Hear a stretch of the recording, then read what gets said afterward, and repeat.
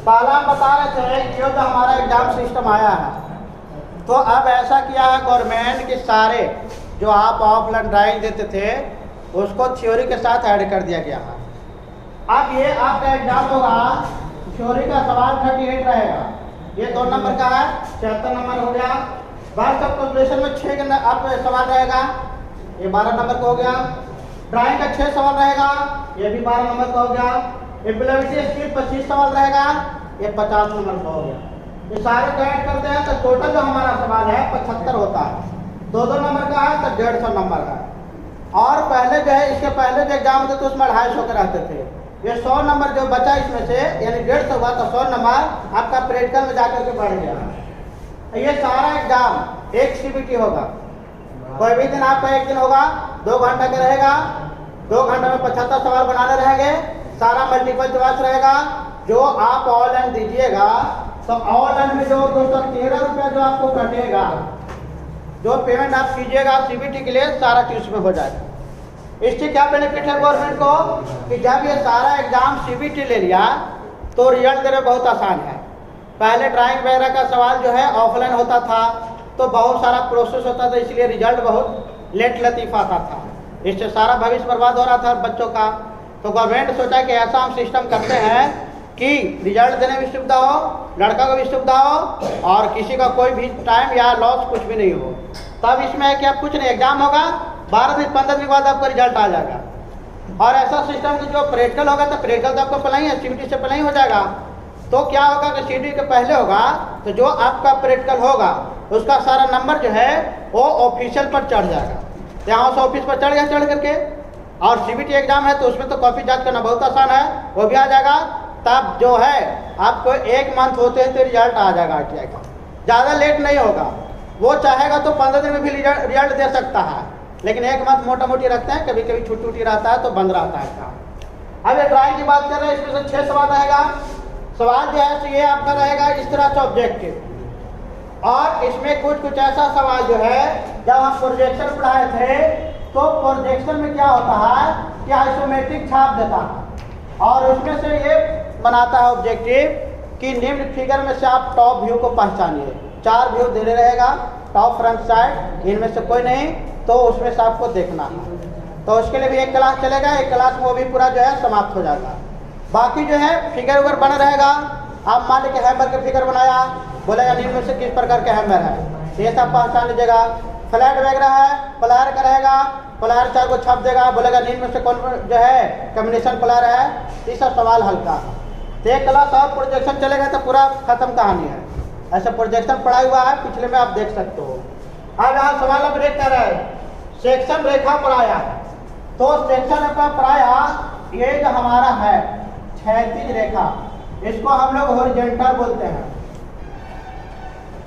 ये जो हॉरिजॉन्टल हो गया तो कह रहा है कि हॉरिजॉन्टल नीड में से किस कोण पर होते हैं। तो सेक्शन का मतलब है कि हम लोग कोई भी वस्तु को काटते हैं या उसमें हम लोग वर्किंग करते हैं। वर्किंग का मतलब है कि अगर हम लोग कोई बनाए स्टैम्पर या कोई भी मशीन का पार्ट बनाए, ठीक, अब आधा हम काट दिए, आधा काट दिए, ये इसमें जुड़ा, इसमें जुटा। अब यहाँ से किए हैं तो ये वाला जो हमारा पार्ट इतना काटा, ये भी इतना स्पेसिंग रहा, ये हम लोग देखते हैं, इसको सैंपलिंग करते हैं, ये सेक्शनिंग हुआ। तो सेक्शनिंग हम लोग कोई भी कार्य यूज करते हैं, उसको बाकी रहता है उसके लिए करते हैं। कहीं भी सेक्शनिंग करा हुआ, इसका मतलब वो पार्ट काटना है या आधा होना है, या उसमें कुछ जो है थ्रेडिंग वगैरह करना बाकी है, या उसमें हॉल वगैरह बनाना बाकी है, यानी कोई भी संरचनात्मक काम करना बाकी है या काम होगा, तो वो चीज देखेंगे।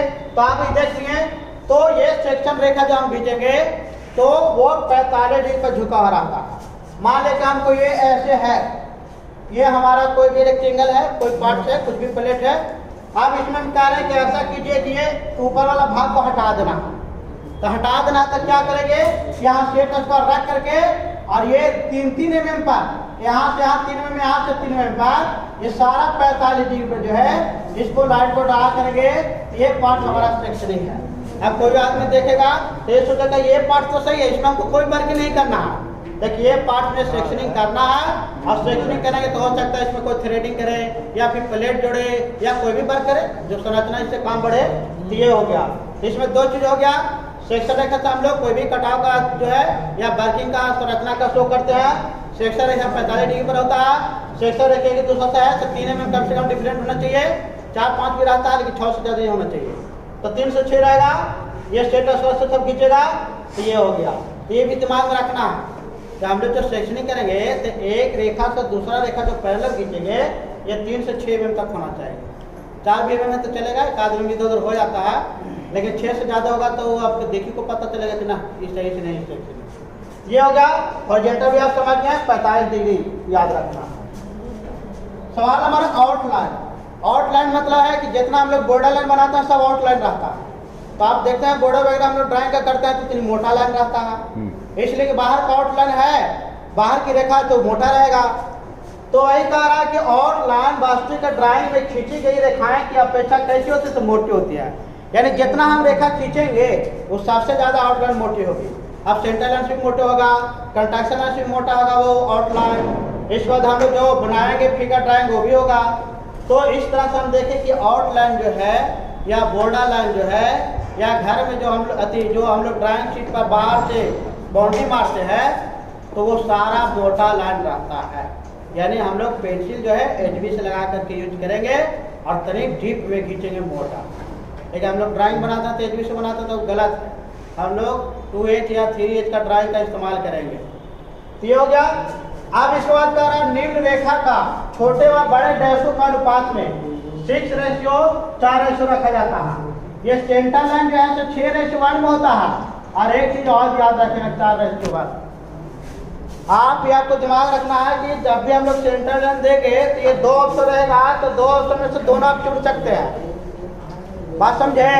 रहेगा निम्नलिखित में से सेंटर लाइन बना सकते हैं 4:1 में से 6:1 में, दोनों या इनमें से कोई नहीं तो दोनों। तो ये हमारा दोनों जो है ये आपका अनुमोदित किया गया, अनुमोदित होने मान्यता। तो 4:1 में भी है तो सेंटर लाइन ड्रा कर सकते हैं, 6:1 में कर सकते हैं। लेकिन अब ये दोनों चीज हो गया, दोनों में कहेगा कि सबसे ज्यादा कौन सही है तो ये जो हमारा है ये 100% सही है। इसलिए कि जो हम लोग निमी वगैरह सब पैटर्न जो पढ़ते हैं अच्छा बुक इसमें यही ज़्यादा यूज है। लेकिन अब बात सवाल है कि 4 और 6 में विशेष डिफरेंट नहीं है। जब हम आप स्केल यहाँ लगाइएगा तब पता चलेगा, ऐसे आपको पता ही नहीं चलेगा कि 4 में खींचा कि 6। अब यहाँ से कोई खींचा लाइन, अब यहाँ से लाइन खींचा 4, यहाँ से खींचा फिर छोटा फिर 4, अब फिर छोटा फिर 4। अगर कोई यहाँ से 6 खींचेगा और इतना से यहाँ करेगा तो दूर से तो कुछ पता नहीं चलेगा, 2 में पता चलता है नहीं। तो कहने का कि बहुत बारीकी जो है बहुत कम जो है बड़ा है, इसलिए पता नहीं चलता है। तो 4 या 6 दोनों चलेगा। लेकिन जब सबसे सटीक पूछेगा तो 4:1 है। लेकिन दोनों है अनुमोदित, गलत दोनों में से कोई है नहीं। लेकिन ज़्यादा सही का मतलब कभी कभी होता ना है कि दोनों में से सबसे ज़्यादा कौन परफेक्ट है, तब तो हमको एगो बताना पड़ेगा कि ना भाई ज़्यादा हमको यूज होता है, ज़्यादा सटीक है। ऐसे दोनों का काम है। ठीक, अब आगे हम बात कर रहे हैं हिडन लाइन। हिडन का मतलब ही होता है छिपा हुआ, समझे? हिडन का मतलब छिपा हुआ। हम लोग नोजल से सब बनाते हैं या कसते हैं तो देखता है उसमें जितना थ्रेडिंग है सब इंटरनल रहता है, तब ना उसमें होता है जो भी यूज होता है। तो हिडन का मतलब छिपा हुआ होगा। तो हिडन लाइन पराहा नहीं में से मोटाई में बनती है। तो हिडन लाइन जब भी पारना है तो मीडियम प्रकार की रेखा से पारेंगे, और आउटलाइन तो आप जानते करते हैं कि एकदम मोटा रेखा से पारना है। तो हिडन लाइन जब भी बनाएंगे तो मीडियम से। सवाल हमारा आगे कह रहा ड्राइंग में वस्तु को छिपी हुई आकृति को प्रदर्शित करने के लिए किस प्रकार की रेखा का प्रयोग करता है? इस रेखा हिडन लाइन। हिडन लाइन जो हमारा है ये ऐसा हम लोग खींचते हैं, ये 3 mm 1 mm 3 mm 1 mm 3 mm 1 mm 3 mm ये इस तरह से है। तो ये हो गया। लेकिन हिडन लाइन का हमारा रहेगा हिडन लाइन उसमें कुछ नहीं, ये हमारा सीधे जो है ये 1 mm में रहेगा। तो ये हमारा हिडन हो गया। हिडन में 3 और 4 वाट कुछ नहीं रहेगा, सब एक तरह के, सब एक तरह के। तो आप समझे? मान लेके हम ये पार रहे हैं, अगर कोई दूसरे सब 2 mm करेगा, कोई चेंजिंग नहीं। अगर कोई 1 mm तो 1 mm, लेकिन हम लोग 4 mm के नहीं खींच सकते हैं। 4 mm के खींचेंगे तो फिर रेस्ट में आ जाएगा ना। तो आदमी कोई भी खींचता अंदाजा से ये 1 mm इधर उधर जाता, 5 mm इधर उधर नहीं जा सकता। तो ये क्या है कि हिडन लाइन का मतलब है कि डॉट लाइन। डॉट लाइन होता है हम लोग आराम से खींचते हैं, 1 mm सब रहता है। दूधे में तो सब दूधे में है, लेकिन 4 में नहीं खींच सकते, 4 में तो बहुत लंबा हो जाएगा, तो आपने पता चलेगा ना ये हमारा हेडर लाइन नहीं है सही। तो ड्राइंग में छिपा हुआ वस्तु को दिखाने के लिए किस प्रयोग का लाइन करेंगे? हेडर लाइन का। और ये जो हमारा दृश्य वस्तु को दिखाने के लिए जो है खींचते हैं किसको? तो हेडर लाइन को हम लोग खींचते हैं मीडियम लाइन से, मध्य रेखा जो प्रकार हुआ उससे हम लोग खींचते हैं। सवाल हमारा रेखा वस्तु के कटे हुए भाग को प्रदर्शित करने के लिए निम्न में से किस रेखा का प्रयोग करते हैं? तो जो कटा हुआ भाग है उसको सेक्शन रेखा। सेक्शन रेखा के बाद यहाँ भी हुआ था, ये क्लियर हो गया। कह किस रेखा की विशेषता यह है कि इसको दोनों किनारे में निम्न बना होता है, यानी कौन वैसा रेखा जिसको दोनों किनारे पर हम लोग जो है संरचना कुछ बनाते हैं, तो ये हमारा जो है एरोहेड, उसका नाम क्या है? तो उसका नाम जो है जब इस तरह से एरोहेड रहेगा तो ये आपका जो है डायमेंशन नाम है। इसको हम लोग क्या करते हैं? डायमेंशन लाइन बताते हैं। तो डायमेंशन लाइन दोनों तरफ एरोहेड रहेगा, और डायमेंशन लाइन से जो ऐसे हम लोग पढ़ते हैं ये दोनों, तो ये वाला जो ऐसे पढ़े इसको एक्सटेंशन लाइन बोलते हैं। एक्सटेंशन का मतलब होता है विस्तार, यानी ये एक्सटेंशन यानी यहाँ से यहाँ तक की लाइन का विस्तार है, यानी यहाँ से यहाँ तक की मेजरमेंट देगा। ये एक्सटेंशन लाइन हो गया, ये डायमेंशन हो गया, ये एरोहेड होगा।